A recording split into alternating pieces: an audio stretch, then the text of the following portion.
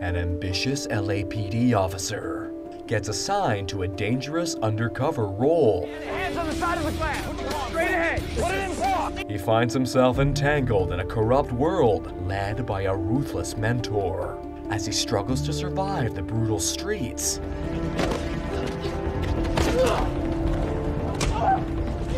A shocking betrayal.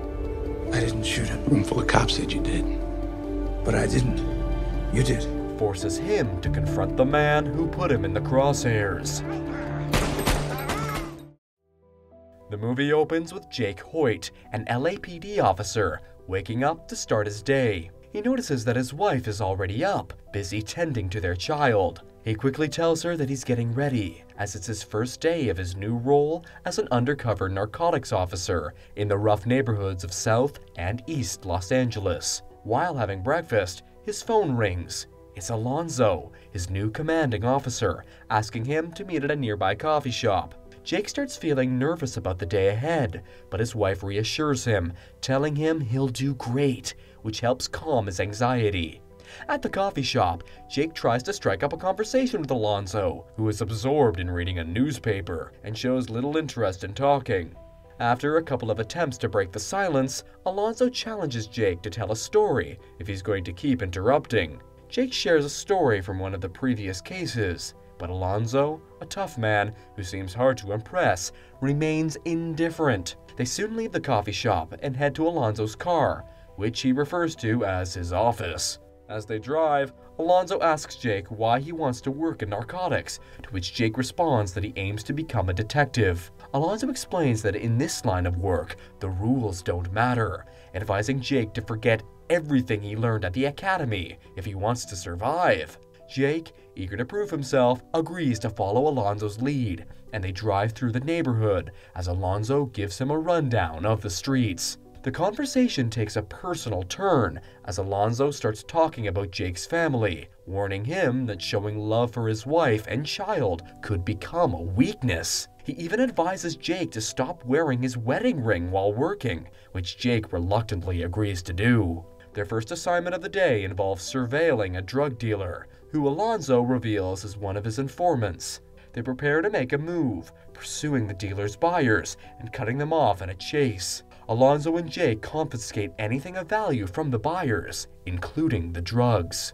Alonzo hands Jake the drugs and starts explaining the different types and effects. He stresses that a good narcotics officer needs to understand drugs firsthand and pressures Jake into taking a hit. When Jake refuses, Alonzo pulls a gun, making it clear that if Jake doesn't comply, he's not welcome in the division and should leave the car. Left with no choice, Jake reluctantly agrees and smokes. As they continue driving, Jake begins to feel the effects of the drugs and starts to lose control. When Alonzo casually asks when he last smoked, Jake admits it was back in high school during his senior year. That's when Alonzo drops the bombshell. It wasn't just an ordinary hit, but one laced with PCP. Stunned, Jake panics, knowing the drug will show up in a urine test. He questions why Alonzo would do this to him, but Alonzo only makes light of the situation, laughing it off. Next, Alonzo takes Jake to meet Roger, an LAPD veteran and drug dealer, who's an old friend of his. Upon seeing Jake, Roger quickly picks up on the fact that he's high and finds it amusing. The conversation shifts to Alonzo's rumored feud with some Russians, but Alonzo brushes it aside. The two men then speculate on whether Jake has what it takes to survive the tough streets of Los Angeles. After the visit with Roger, they get back in the car, with Alonzo driving Jake through rough neighborhoods like the Ghetto and the Barrio, all while Jake is still feeling the effects of the PCP. As they pass an alley, Jake spots a girl on the verge of being assaulted by a couple of homeless men. He shouts for Alonzo to stop the car, jumps out, and engages in a fight with the two men, managing to take them down.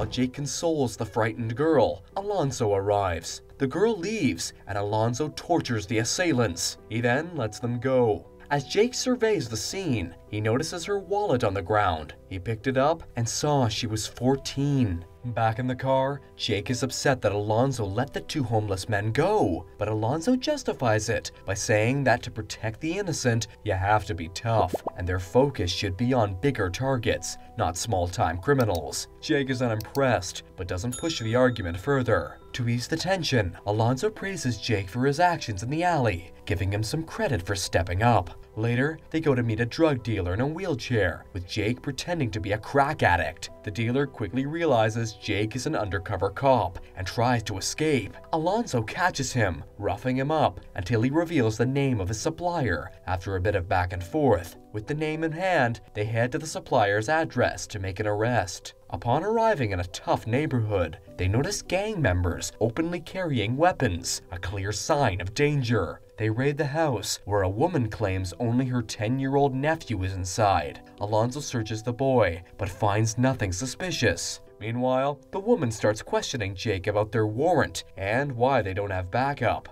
While Alonzo continues searching the house, Jake notices him secretly pocketing something. Alonzo quickly leaves the house, telling the occupants they've made a mistake. As they're about to leave, the woman realizes the warrant Alonzo handed her is fake and accuses them of robbing her. She alerts the local Crips gang, who immediately open fire on Alonzo's car. Alonzo jumps out, returning fire.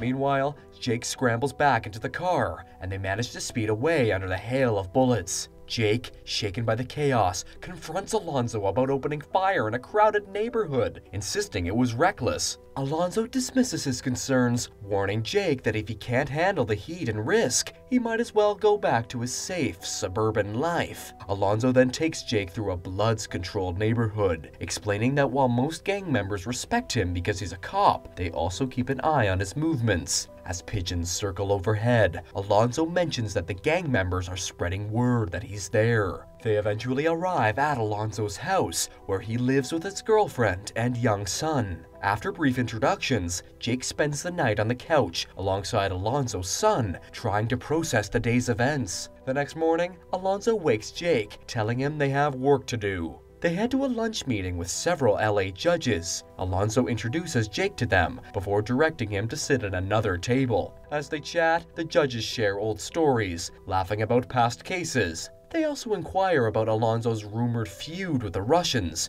but he brushes it off. Alonzo requests a search warrant from the judges, which they grant, though with some cautionary advice. Later, Alonzo and Jake meet up with 4 other members of their unit to plan a raid. The team isn't thrilled about Jake's involvement, but Alonzo briefs them and shows a legitimate warrant. Armed with the warrant, they storm a small house, which turns out to be Roger's home, the same LAPD veteran and drug contact they visited earlier. Roger is initially defiant, but when Alonzo walks in and shows him the warrant, Roger is taken aback. Alonzo orders the others to keep Roger under control, while he and another officer pry open the floor. Under the floorboards, they uncover $4 million in cash. Alonzo proposes taking a cut of $1 million, but Jake feels uneasy about the situation. However, the money is split between the group. Back in Roger's living room, Alonzo shocks Jake by ordering him to kill Roger. Jake refuses, thinking it's a sick joke,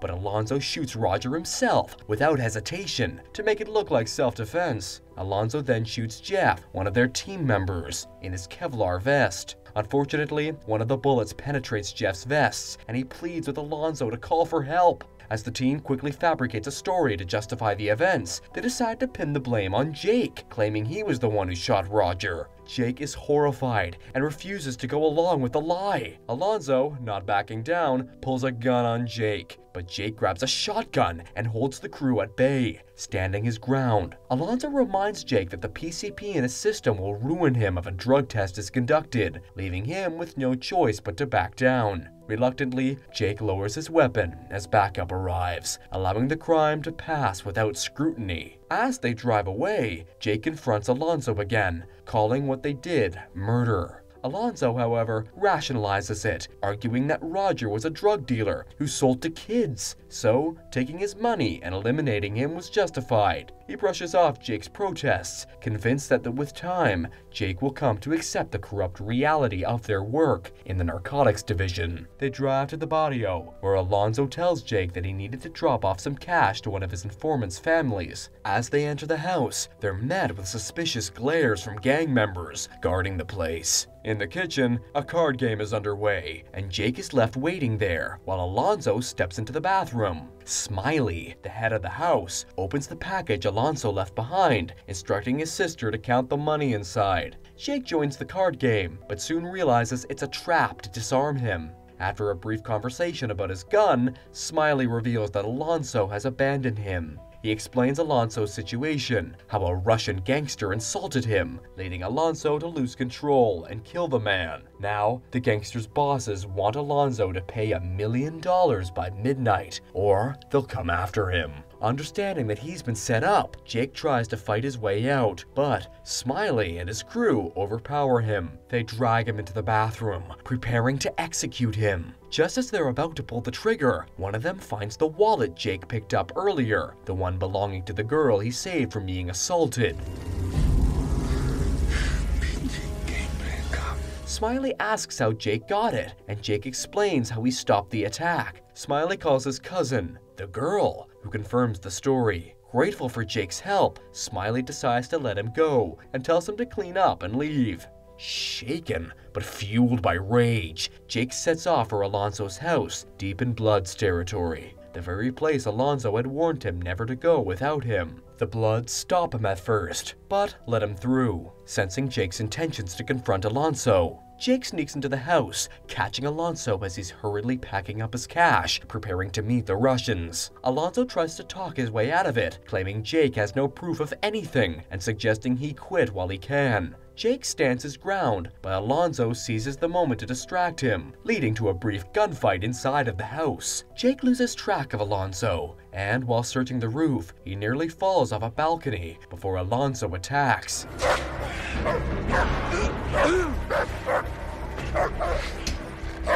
They fight, with Alonzo gaining the upper hand and beating Jake down. Confident that Jake is finished, Alonzo grabs the money and heads to his car, racing against time to pay off the Russians. As Alonzo begins to drive away, Jake leaps onto the windshield. Alonzo swerves recklessly, trying to shake Jake off, but ends up crashing the car, knocking himself out for a moment. Jake pulls him from the wreckage, holding him at gunpoint as they face off in the street, surrounded by gang members watching the showdown. Alonzo tries to bribe the gang members, offering them a fortune if they kill Jake, but they refuse, tired of Alonzo's manipulation.